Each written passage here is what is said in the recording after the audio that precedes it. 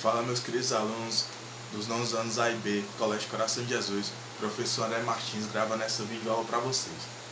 Primeiramente, eu queria dizer que estou com saudade e eu queria dizer também que logo eu espero que nós estejamos juntos na sala de aula, como é de costume, tá bom?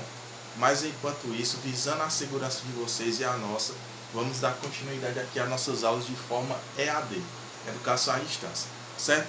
Eu sei que esse assunto aqui para muitos vai servir como revisão, tá bom? Mas vamos falar um pouco sobre as duas teorias importantes que estavam dividindo a população no século XVII. Essas teorias eram sobre o surgimento dos seres vivos. Eram as teoria da abiogênese, ou geração espontânea, e a teoria da biogênese. Essas duas teorias tinham seus defensores. E o principal defensor da teoria da abiogênese era o John Needham. Os principais defensores da teoria da biogênese eram o Francesco Redi, o Lázaro Spallanzani e o Louis Pasteur. Eu vou falar de cada um deles e das suas contribuições de forma mais bem detalhada no decorrer dessa aula, tá bom? Enquanto isso, o que eu quero que vocês saibam é o seguinte: o que dizia a teoria da abiogênese? A teoria da abiogênese afirmava que a matéria inanimada ela tinha uma força vital que poderia dar origem a seres vivos. Já a teoria da biogênese afirma que um ser vivo só pode surgir a partir da reprodução de outros seres vivos, tá bom? Então não esquece, teoria da abiogênese, ser vivo surge a partir de matéria inanimada, e a teoria da biogênese, seres vivos surgem a partir da reprodução de outros seres vivos, seja reprodução sexuada ou assexuada, bom? Então, meus queridos, vamos lá. Essa teoria ela dividia opiniões lá no século XVII. E agora eu vou falar um pouco sobre o John Needham, beleza? Galera, antes de falar do John Needham, eu preciso falar primeiro do Francesco Redi. Por quê? Francesco Redi ele era um defensor da biogênese. Quando ele foi ler um famoso poema ali do século VIII, do século IX a.C., chamado Ilíada, ele viu a seguinte passagem, em que o Aquiles ele pedia a Tétis mesmo, para que protegesse o corpo do primo dele que tinha sido morto. Esse primo do Aquiles se chamava de Patroclus. E proteger de quê? Proteger de insetos que poderiam dar origem a vermes. E esses vermes iam lá corromper o corpo do seu primo. A partir desse trecho aí, o Francesco Redi ele teve a ideia de testar uma hipótese para comprovar a teoria da biogênese para o surgimento desses vermes. O que foi que ele fez? Francesco Redi ele pegou alguns frascos de vidro, tá certo? Dentro desses frascos, ele colocou matéria orgânica, restos de animais mortos, por exemplo, pedaços de carnes, de peixes. Em alguns desses frascos, ele deixou aberto, outros desses frascos ele tampou a sua boca, tá certo? Então, os frascos que estavam abertos, as moscas poderiam lá frequentar a matéria orgânica que estava lá dentro desses frascos tranquilamente. Já os que estavam fechados, não, ficavam isolados das moscas de qualquer outros insetos, tá certo? Meus queridos, quando passou alguns dias e o Francesco Redi foi ver o seu experimento, ele viu que os frascos que ficaram abertos estavam com larvas. Já os frascos que permaneceram fechados, que ficaram fechados, estavam livres de qualquer larva de inseto. Então, o que foi que o Redi concluiu? Ele falou, olha, essas larvas só podem ter surgido a partir da reprodução das moscas ou de outros insetos que vieram e pousaram aqui na minha matéria orgânica, na matéria orgânica que eu tenho dentro dos meus frascos abertos. Então, com isso, o Redi ele já fortaleceu muito a teoria da biogênese. Na verdade, ele meio que comprovou a teoria da biogênese para os seres macroscópicos, tá bom? Então, meus queridos, depois do experimento do Francesco Redi, a teoria da abiogênese perdeu sua credibilidade para tentar explicar o surgimento dos seres macroscópicos. Entretanto, um holandês chamado de Anthony van Leeuwenhoek fez uma descoberta muito fascinante. Ele descobriu os seres microscópicos. Ele era um trabalhador, trabalhava em um armazém que nas suas horas vagas gostava de construir microscópios. E com seus microscópios, ele fazia observações e anotava e desenhava tudo o que via.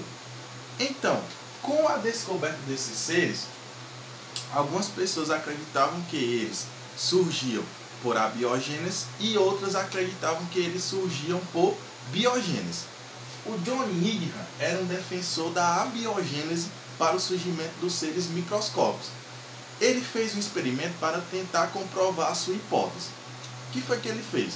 Ele pegou um caldo nutritivo, colocou em vários frascos e ele ferveu esse caldo.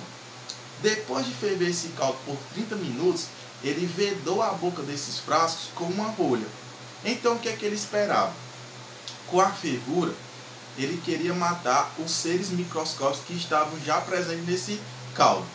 E com a boca do frasco fechada, os seres que estavam presentes na atmosfera, os seres microscópicos que estavam presentes na atmosfera, não poderiam entrar. Então, se com o passar de alguns dias ele fosse analisar o mesmo caldo, e se lá tivesse ainda seres microscópicos, ele teria a se provar a teoria da abiogênese. E assim ele fez. Ele fez o experimento dele, ferveu o caldo, vedou a boca dos frascos, deixou esse caldo lá por alguns dias, e aí quando foi alguns dias depois ele foi analisar e viu que sim, que nesse caldo havia seres microscópicos. Então ele falou, olha, tá aqui, os seres microscópicos que estão no meu caldo nutritivo surgiram a partir da abiogênese. Só que um padre italiano chamado de Lazzaro Spallanzani não concordou. Ele era um defensor da biogênese, o Spallanzani. E ele fez um experimento parecido com o do Needham para tentar provar que ele estava errado. O que foi que o Spallanzani fez?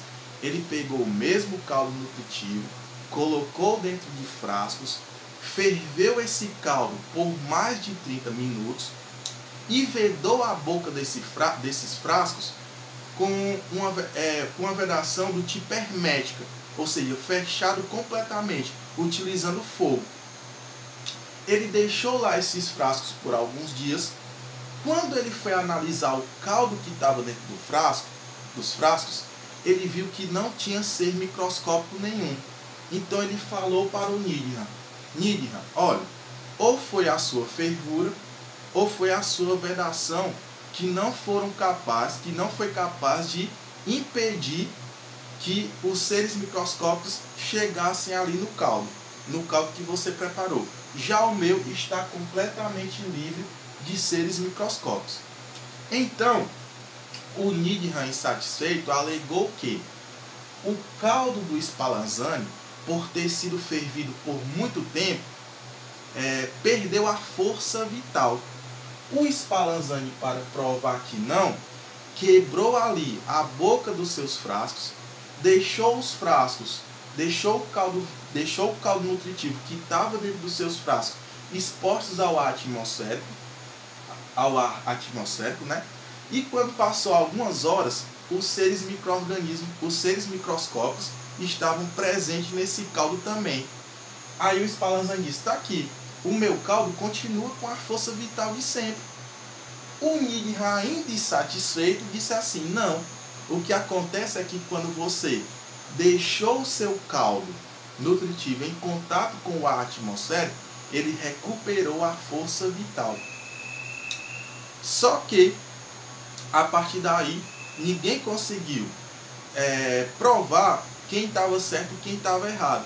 Então precisou de uma terceira pessoa, que foi o Louis Pasteur, para pôr um fim aqui nessa briga. Então, para pôr um fim na dúvida em qual teoria era correta para o surgimento dos seres microscópicos, se era a biogênese ou a biogênese, se era a teoria da abiogênese ou a teoria da biogênese, e para pôr um fim na briga entre o Needham e o Spallanzani, precisou de uma terceira pessoa. Esse rapaz se chamava Louis Pasteur.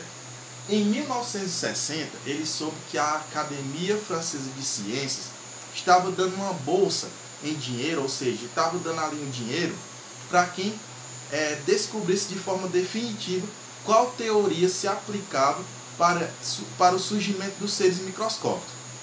Então, o que foi que o Louis Pasteur fez? Ele fez um experimento com frascos em que os gargalos desses frascos se assemelhavam a pescoços de cisnes. O que foi que ele fez? Esse frasco, tá mais ou menos assim, tinha um gargalo curvo, parecido com o pescoço de um cisne. Aqui ele botou o caldo nutritivo, utilizado pelo Needham e pelo Spallanzani. Ele ferveu o caldo nutritivo, ele assim matou os micro-organismos que podiam existir aqui, e ao mesmo tempo que ele matou os micro-organismos, ele não vedou o frasco. Por quê? Porque ele acreditava que se tivesse seres microscópicos na atmosfera, eles iriam entrar e iriam ficar retidos aqui nas curvas do gargalo, tá certo? Ele fez esse experimento, ele ferveu o caldo, deixou lá esse frasco por alguns dias, e quando ele foi analisar o caldo que estava aqui, ele realmente comprovou que não tinha nenhum ser microscópico. Ou seja, ele comprovou a sua teoria, a sua hipótese. Ele ferveu o caldo, viu que tinha matado todos os micro-organismos, e os micro-organismos que estavam na atmosfera, se entrassem aqui, se fossem entrar pelo gargalo do seu frasco, ficaram, os que iriam entrar, né, no seu frasco, ficaram retidos aqui nas curvas. Ou seja, ele além de fazer isso, ele também não deu brecha para o pessoal alegar que o seu caldo perdeu a força vital. Por quê? Porque o seu caldo continuou tendo contato com o ar atmosférico. Então, com isso, o Louis Pasteur, ele comprovou a teoria da biogênese também para o surgimento dos seres microscópicos, e a partir do seu experimento, o seu experimento deu origem a uma técnica utilizada até hoje para a conservação de alimentos, que é a pasteurização, em que você ali ferve um alimento para matar os micro-organismos que podem existir lá, você fecha ali a embalagem, o recipiente que esse alimento vai ser armazenado, e aí ele fica livre de qualquer contaminação e você pode consumir de forma tranquila, tá bom? Galera, essa aqui foi a nossa aula sobre as teorias da abiogênese ou geração espontânea e biogênese, que tentavam, né, explicar o surgimento dos primeiros seres vivos. Com o experimento de Pasteur, a gente viu que a teoria da biogênese explica tanto o surgimento para os seres microscópicos, e com o experimento de Redd você viu que a teoria da biogênese também se aplica para o surgimento dos seres macroscópicos. Então, galera, eu vou ficando por aqui. Ao longo desse mês vamos ter outras videoaulas, tá bom? Eu espero que vocês tenham entendido, eu espero que vocês tenham gostado, tá bom? Então, até mais, abraço.